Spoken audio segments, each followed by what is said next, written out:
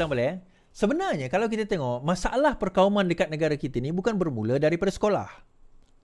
Masalah perkauman di dalam negara kita bermula dari politik. Dia bermula daripada politik. Okay? Alright. Masalahnya apa tuan-tuan? Kenapa bermula daripada politik? Bermula daripada politik kerana sikap parti-parti politik pada awalnya adalah parti-parti politik perkauman. Parti-parti politik perkauman. Dan parti-parti politik perkauman ini, kalau kita lihat daripada segi struktur cara mereka berkempen, adalah untuk tujuan memenangi hati kaum tersebut. Kaum yang mereka represent. So, pada peringkat awal, kalau kita lihat, British guna dasar pecah dan perintah. Maka pada waktu itu diwujudkan parti berdasarkan atau berasaskan kepada perkauman. Dia ada dua parti yang besar, haluan kanan dan haluan kiri. Yang konservatif ni, dia basekan kepada kaum. Kemudian datang PAS, dia base kepada agama. Tetapi ada parti politik tak base kepada bangsa atau agama. Dia basekan kepada ideologi. Saya pernah tulis artikel tentang ini. So, bila dia berasaskan kepada bangsa, masing-masing nanti akan bercakap dan berbicara tentang bangsa mereka. Dan of course, mereka nak championkan bangsa mereka. Dan in order untuk lakukan itu, directly or indirectly, sedar atau tidak, mereka telah merendahkan bangsa lain. This is what happened. Ini yang berlaku. Jadi disebabkan oleh itu, maka dia encroach di dalam masyarakat yang tak faham politik ni. Tuan-tuan, kita kena ingat, di belakang cerita bila nak sakau, dia tak kira bangsa.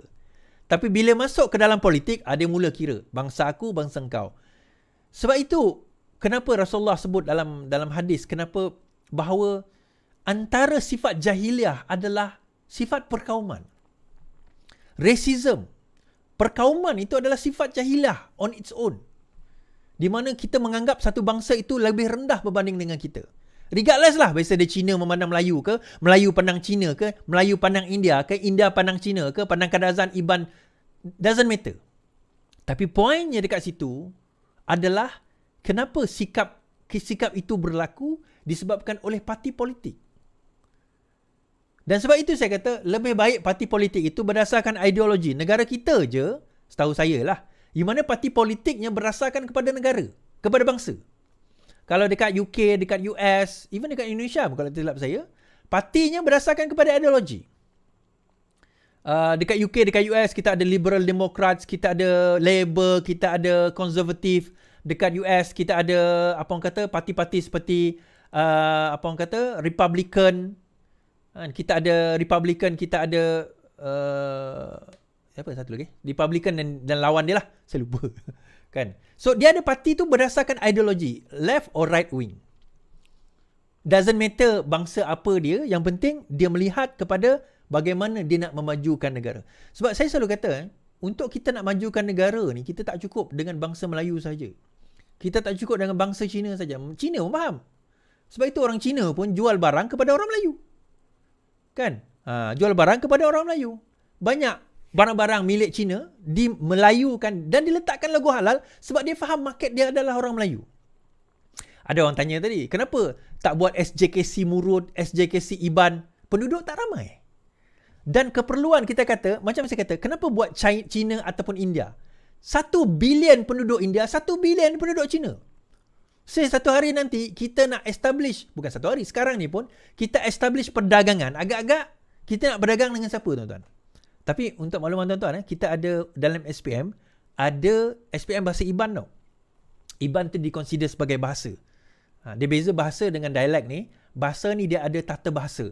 Dia ada undang-undang, dia ada regulation dia. Democrats, betul. Republican dia dengan Democrats. So, dia ada dua benda tu. Okay?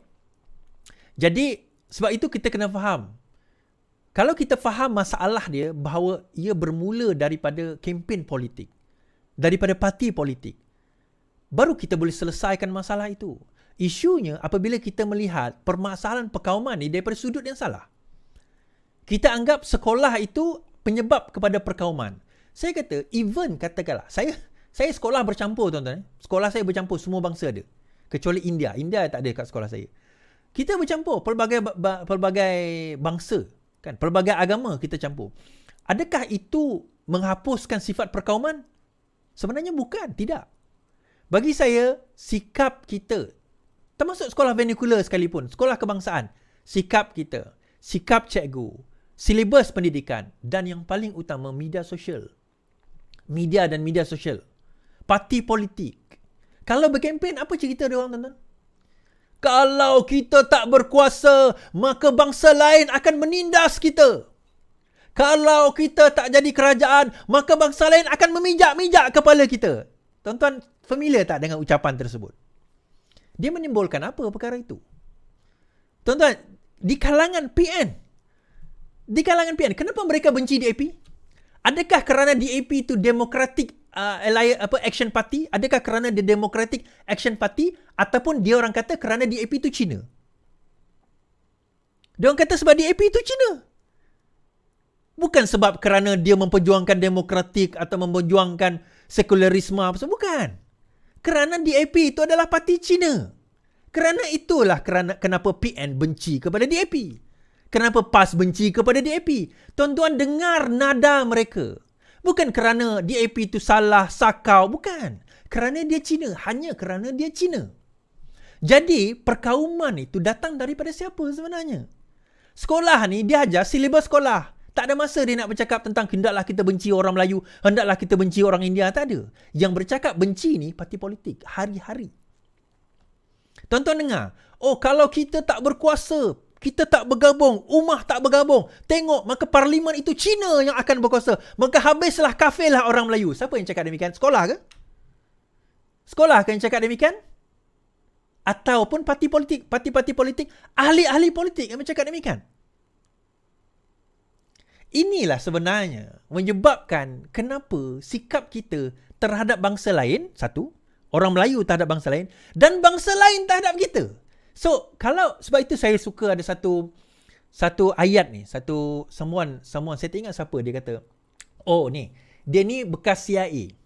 Dia ni bekas ejen CIA.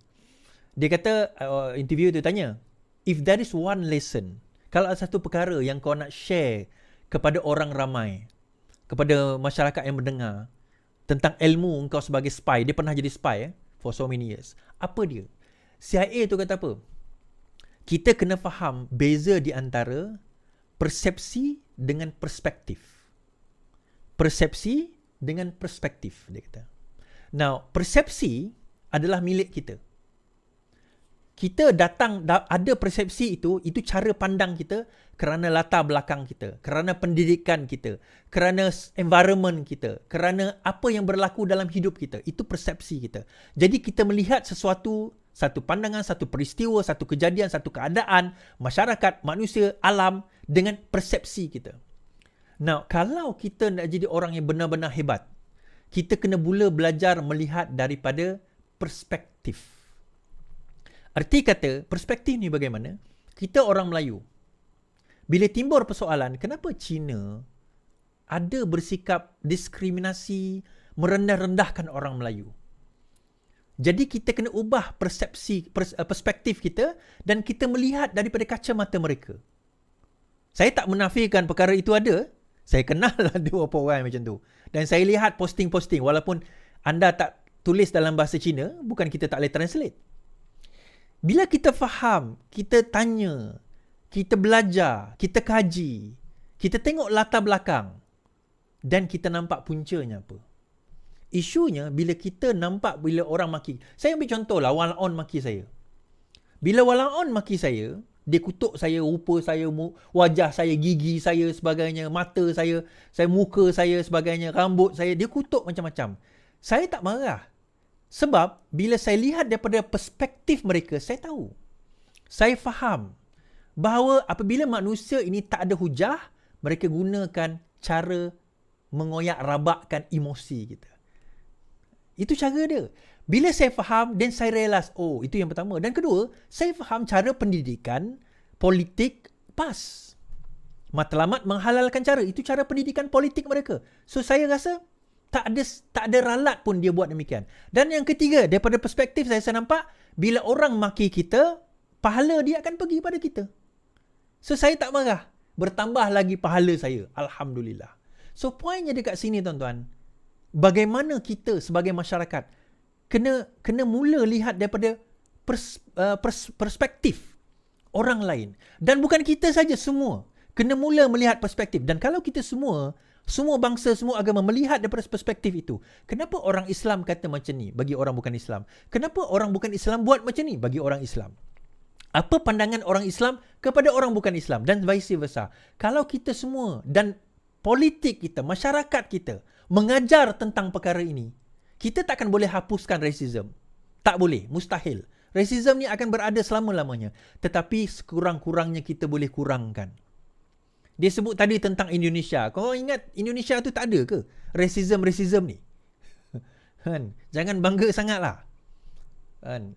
So, bila kita faham dan cuba memahamkan, sebab itu ada dalam satu buku, 7 Habits of Highly Effective People. Dia kata, try to understand and be understood. Cuba untuk faham dan cuba untuk memahami. Cuba untuk memahamkan dan cuba untuk difahamkan.